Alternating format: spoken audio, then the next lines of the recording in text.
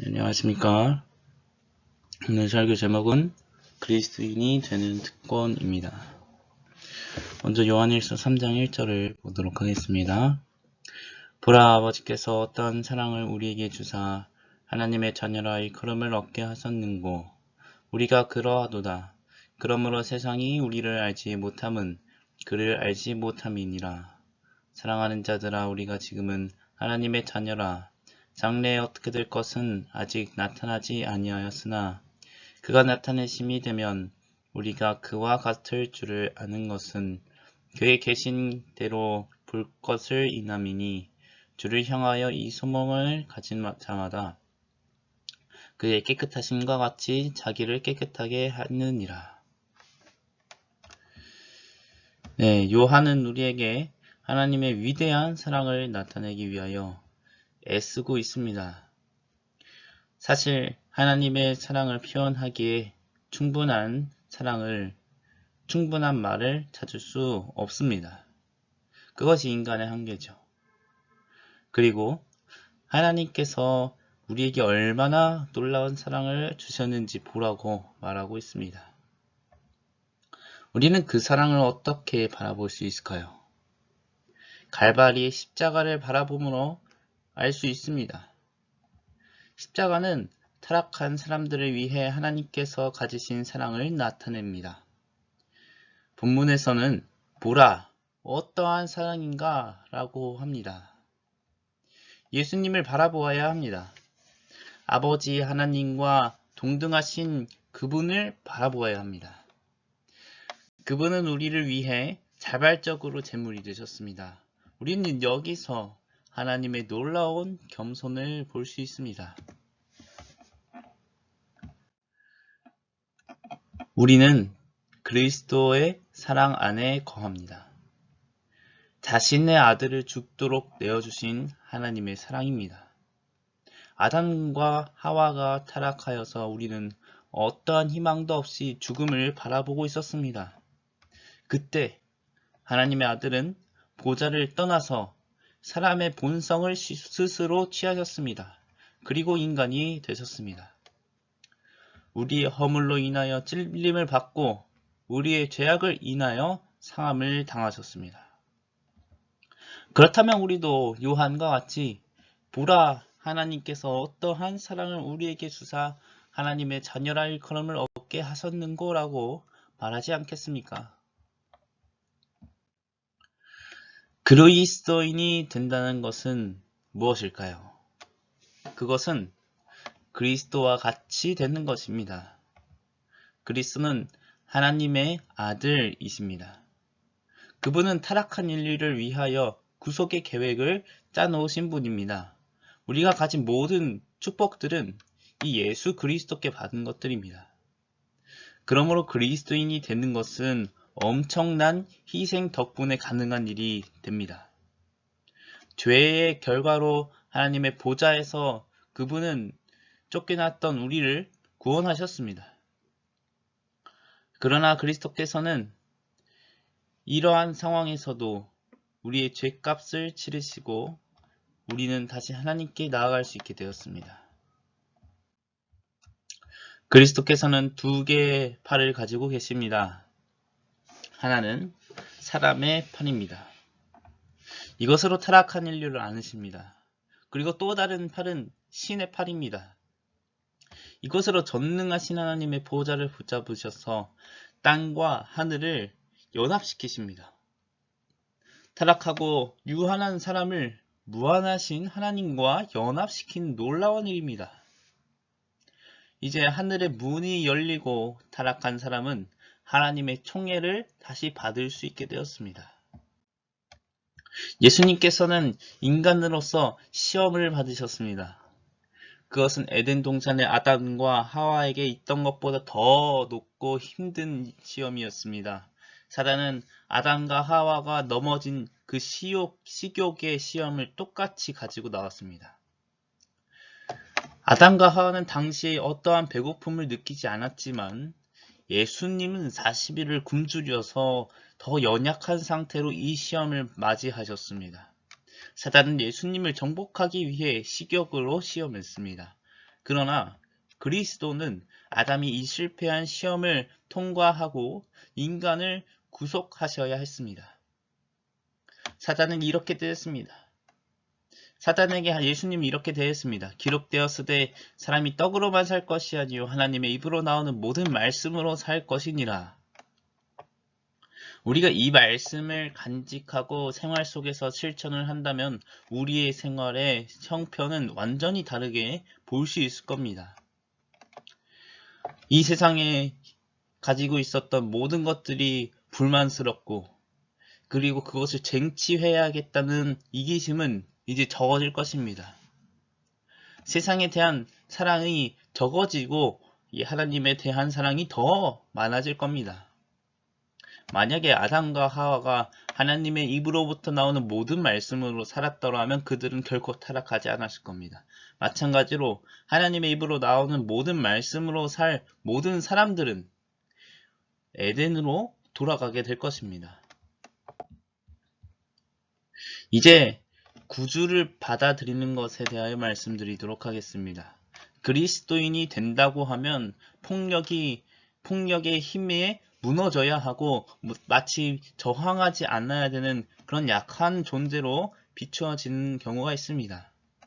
그러나 예수님을 믿는 것은 우리가 낮아지는 것을 의미하지 않습니다. 이것은 오히려 우리가 크게 높임을 받는 특권입니다. 우리는 모두 천국에 가길 원합니다. 만약에 천국문이 우리에게 닫혀있다는 것은 그것은 참으로 우리에게 끔찍한 일이 될 겁니다. 우리는 영원한 생명을 원합니다. 그렇다면 우리가 지금 할 수 있는 것은 하나님의 모든 계명에 순종하는 것입니다. 아담과 하와는 이것에 순종하지 않았기 때문에 그 영원한 하늘의 본향을 잃었습니다. 요한계시록 22장 14절을 읽도록 하겠습니다. 그 계명을 행하는 자들이 복이 있나니 이는 저희가 생명나무에 나아가며 문들을 통하여 성에 들어갈 권세를 얻으려 함이로다. 아무나 생명나무에 나아갈 수 없습니다. 누구나 갈 수 있는 게 아닙니다. 생명나무에 나아갈 권세가 있어야 합니다. 권리가 있어야 됩니다. 그 권리를 아담과 하와가 거부했습니다. 만약 우리가 먹고 마시는 것 때문에 영혼을 잃는다면 그것은 너무나 안타까운 일이 아닐 수 없습니다. 이 자리에 계신 모든 분들은 이 세상에 있는 모든 동뭉치보다 더 가치가 있으신 영혼입니다. 하나님께서는 우리에게 많은 것을 선물로 주셨습니다. 기술도 주시고 지식도 주시고 생각할 수 있는 이성도 주셨습니다. 그 선물들로 우리는 과연 무엇을 하면 좋을까요? 그리스도인들은 그 모든 것들을 자신을 위하여 사용하지 않습니다. 그것들을 하나님을 위하여 어떻게 사용할지 고민합니다. 영혼을 하나님께서 맡겨주셨다면 그들을 위하여 무엇을 해야 될지 생각을 합니다. 우리는 그러한 그리스도인들입니다. 저는 이 시간 예수님 안에서 세상의 그 무엇과도 비교할 수 없는 아름다움을 보고 싶습니다. 나의 시련과 어떤 희생을 생각하지 않고 오직 예수님의 희생을 바라보고 싶습니다. 여러분도 그렇지 않습니까? 예수님은 우리를 헛되게 돌아가지 않도록 우리는 그것을 주의해야 됩니다. 예수님께서 십자가에 돌아가신 것은 결코 헛되게 하지 말아야 합니다. 그렇게 하기 위하여 우리는 하나님과 바른 관계에 들어가며 어떻게 주님을 기쁘게 할 수 있을지 매일 생각하길 원합니다. 또한 이 세상에서 사명을 어떻게 수행해야 될지 고민하길 원합니다. 주변의 귀한 영혼들을 어떻게 구원의 길로 인도할 수 있을지 연구하길 바랍니다. 다니엘서 12장 3절에 있는 말씀이 있습니다. 지혜 있는 자는 궁창의 빛과 같이 빛날 것이요 많은 사람을 옳은 대로 돌아오게 한 자는 별과 같이 영원토록 비치리라. 우리는 영원한 영광을 원합니다. 갈바리에서 수치스러운 죽임을 당하신 예수님을 직접 만나보길 원합니다. 그리고 그분의 발 앞에 면류관을 내려놓고 하나님께 감사의 아름다운 찬양을 드리길 원합니다. 이런 승리의 기쁨을 위하여 우리는 지금 싸워야 할 전쟁이 있습니다. 영과 육이 싸우는 것을 우리는 지금 항상 경험하면서 바라보고 경험합니다. 그러나 우리는 결국 승리의 기쁨을 누릴 것입니다. 왜냐하면 우리의 정력은 하나님의 뜻에 순종할 것이기 때문입니다.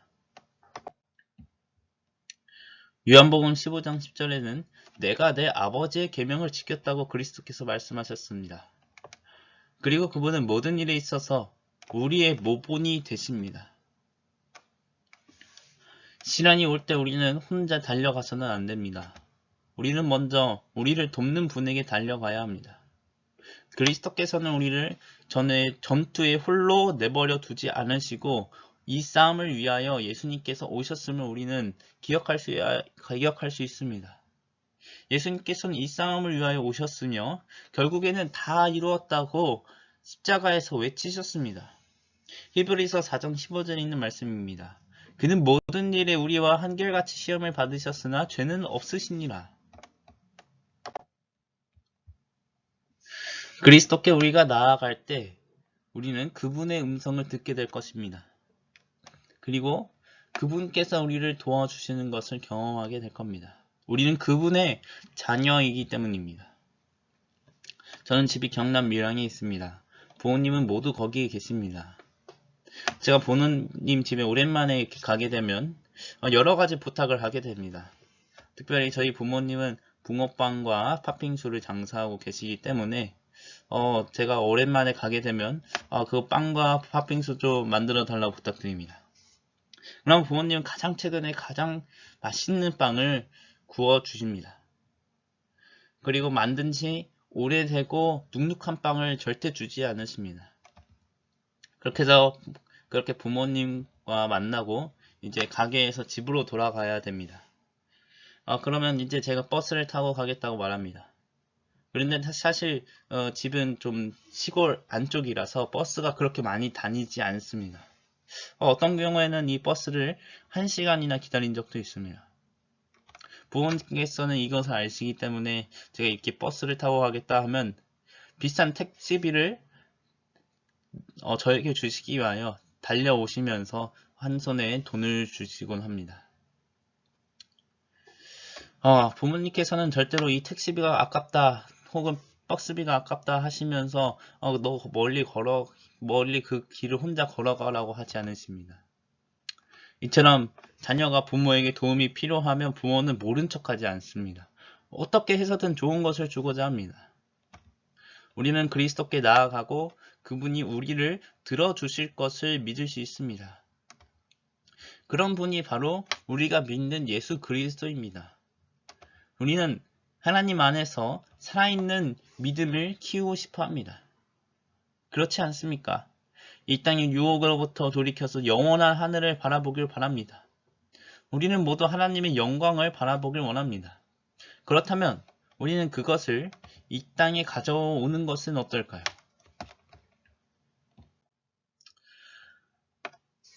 하늘 찬양대에 들어가길 원한다면 지금 하나님을 찬양하면 어떨까요? 하늘에서 가질 품성을 지금 나타내면 어떨까요? 우리는 예수님을 사랑하는 자들입니다.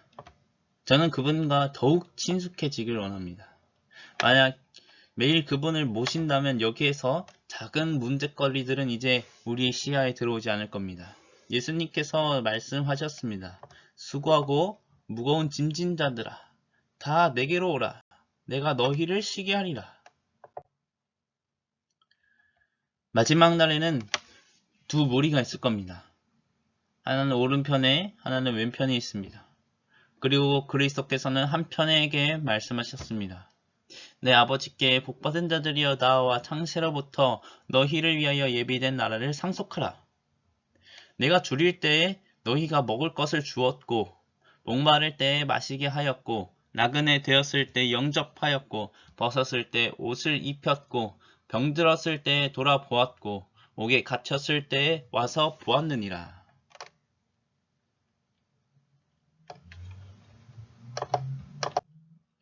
그리고 그들이 묻습니다. 주여, 우리가 언제 이런 일을 했습니까? 그때 그리스도께서 말씀하십니다. 너희가 이 형제 중에 지극히 작은 자 하나에게 한 것이 곧 내게 한 것이니라. 그러나 왼편에 있는 자들에게 그분이 이렇게 말씀하십니다. 저주를 받은 자들아, 나를 떠나 마귀와 그 사자들을 위하여 예비된 영원한 불에 들어가라. 첫 번째 부류는 그리스도를 자신들의 품성으로 삼았습니다. 그리고 자기들이 한 것에 대하여 알지 못했습니다. 그런데 그들은 축복을 받았습니다. 내 아버지께 복받을 자들이여, 나와 창세로부터 너희를 위하여 예비된 나라를 상속하라 라고 하셨습니다. 그리고 왼편에 있는 자들에게 돌이켜 이렇게 말씀하십니다. 내가 줄일 때 너희가 먹을 것을 주지 아니하였고 목마를 때 마시게 하지 아니하였고 나그네 되었을 때 영접하지 아니하였고 벗었을 때 옷 입히지 아니하였고 병들었을 때와 옥에 갇혔을 때 돌아보지 아니하였느니라.